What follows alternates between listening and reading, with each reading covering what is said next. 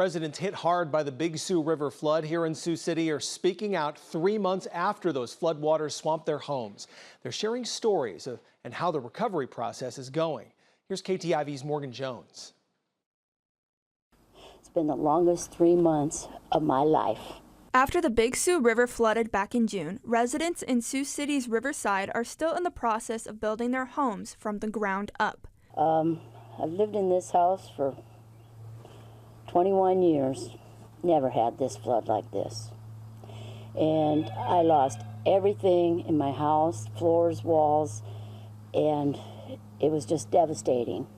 With help from volunteers, the Community Action Agency of Siouxland and the Junior League of Sioux City, Deanne Mercure, Jean Derby, and many other residents from the area got the support they needed to try to have a normal life. The community came together. When I didn't have clothes, people dropped clothes off. People dropped shoes off. People I didn't know showed up to help tear my walls off. It was amazing, this community that we have here to help us. I'll never forget the day when the Hinton athletes showed up. 50 athletes just showed up to help, and I'd never been so excited. We were just jumping for joy, knocking on doors, going to people's houses. That's how I met Jeannie. I just saw her sitting outside, and I was like, how can we help you? And they were great. Megan Knoll, the nominations chair for the Junior League of Sioux City, has been a light at the end of a dark tunnel for many of these residents still struggling after the flood, helping those find the resources they need in any situation they've been put in.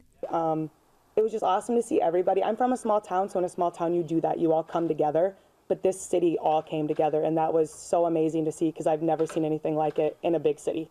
A disaster that has brought the community together in many ways. In Sioux City, Morgan Jones, KTIV News 4.